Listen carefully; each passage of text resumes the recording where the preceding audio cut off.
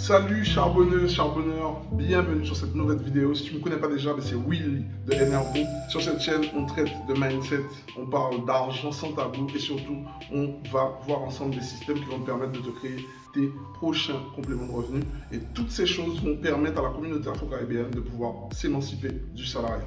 Yes! Avant d'aller plus loin, je te demandais de pouvoir m'exploser le bouton like sur cette vidéo, de pouvoir t'abonner sur cette chaîne, cliquer sur la petite cloche pour rater aucune notification et surtout de pouvoir t'asseoir, être au calme sur cette série de vidéos qu'on va voir aujourd'hui.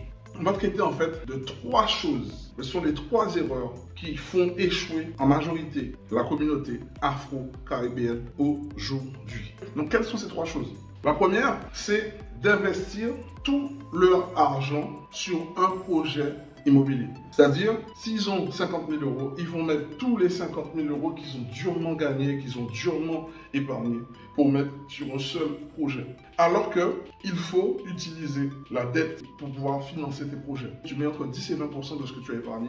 Et derrière, tu joues au maximum sur le fait que la banque te finance le reste du projet. De cette façon, ça te permet en fait de pouvoir te sécuriser. Et ça, malheureusement, la communauté afro-caribéenne, la majorité, font cette erreur de pouvoir mettre tout leur épargne sur le projet. Et ça, c'est quand ils ont l'épargne. Sinon, ils veulent se lancer sur des projets sans épargne. Et aujourd'hui, plus que jamais, il faut avoir de l'épargne. Maintenant, on va passer à l'erreur numéro 2. L'erreur numéro 2, c'est la condescendance. Donc, comme je l'ai dit, c'est la diaspora, c'est ceux qui sont en France, en Hexagone. Ils ont envie de faire un investissement au pays ou de programmer leur retour au pays. Ils ont cette envie, en tout cas, de pouvoir construire au pays. Mais par contre, avec l'expérience qu'ils ont emmagasinée en Hexagone, quand ils arrivent au pays, ils refusent de prendre en compte les conseils des entreprises ou des personnes sur qui ils vont s'appuyer, qui ont une expertise sur le marché local. Un exemple concret.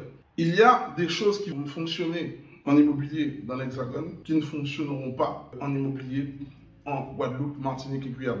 Et seul un expert ou quelqu'un qui a cette expertise localement pourra vous éviter des déboires parce qu'il va connaître parfaitement la saisonnalité et vous permettre en fait de pouvoir rentabiliser ou en tout cas optimiser votre taux de remplissage, quoi qu'il en coûte, sur au moins entre 70 et 80% de remplissage pendant toute l'année.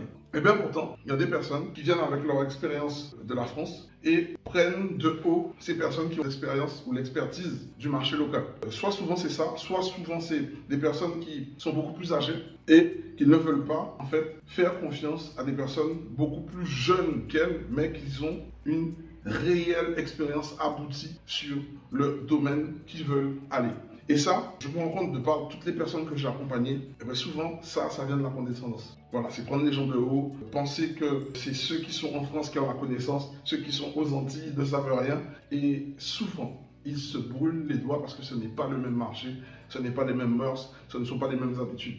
Et la meilleure façon pour que tu puisses t'adapter ou réussir ton projet, c'est d'être un caméléon là où tu vas décider de t'implanter. Enfin, la troisième chose qui nous fait échouer, c'est quand la diaspora souhaite justement revenir au pays pour investir sur des projets, ils viennent avec le même train de vie que quand ils viennent en vacances. J'explique. C'est-à-dire que ils vont dépenser, ils vont avoir, en fait, ils vont montrer des signes extérieurs de richesse qui vont faire qu'en fait, toute cette preuve extérieure qu'ils vont vouloir mettre en avant va leur coûter énormément d'argent, mais surtout, ça va les défocuser du but initial pour lequel ils sont en train de prospecter et pour lequel ils sont venus pour faire avancer leur projet. Ça, c'est un.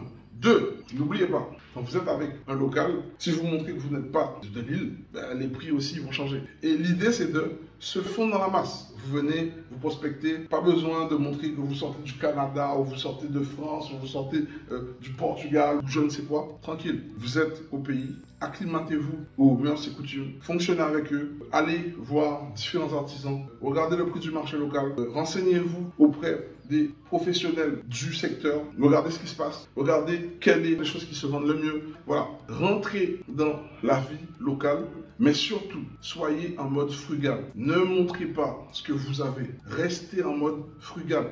Et une fois que vous avez placé vos billes et que vous avancez à fond sur vos projets, et moi je vous dirais même, c'est une fois que vos projets tourneront, et même quand vos projets tourneront, vous n'avez même pas besoin de montrer ce que vous avez. Voilà, quand on fait de l'immobilier, quand on fait des projets perso, c'est pas pour montrer ce qu'on a. Faut laisser les choses fonctionner. Et derrière, il n'y a que vous et votre banquier qui savez ce qui se passe. En vrai, ok? Donc ça, c'est important de pouvoir se positionner et être concentré sur ça parce que c'est ce qui va faire aussi 70% voire 80% de la réussite de votre projet. Quand vous préparez votre projet sur le retour au pays, il faut absolument faire attention à ces 3 erreurs qui causent du tort à la communauté, parce qu'en fait, c'est une question de focus. En vrai, c'est une question de focus, et vous savez très bien, lorsque vous n'êtes plus focus sur votre objectif, eh bien, vous avez beaucoup plus de chances de le rater. Si cette vidéo t'a plu, je t'invite à me commenter ce que tu penses de ces 3 échecs. Dis-moi justement en commentaire comment tu fais pour lutter contre ces 3 choses qui peuvent t'emmener vers ton échec. Et surtout, partage cette vidéo au plus grand nombre et clique sur cette vidéo pour justement prendre ta place pour une immersion qui aura lieu ce dimanche à 19h30 heure de Paris et 13h30 heure de Guadeloupe et Martinique. J'espère vraiment que cette vidéo t'a plu. Je t'invite à t'abonner sur cette chaîne, cliquer sur la petite cloche pour rater aucune de nos notifications et m'exploser ces boutons like. Je te dis à bientôt pour une prochaine vidéo et je te souhaite le meilleur pour ta réussite. Ciao.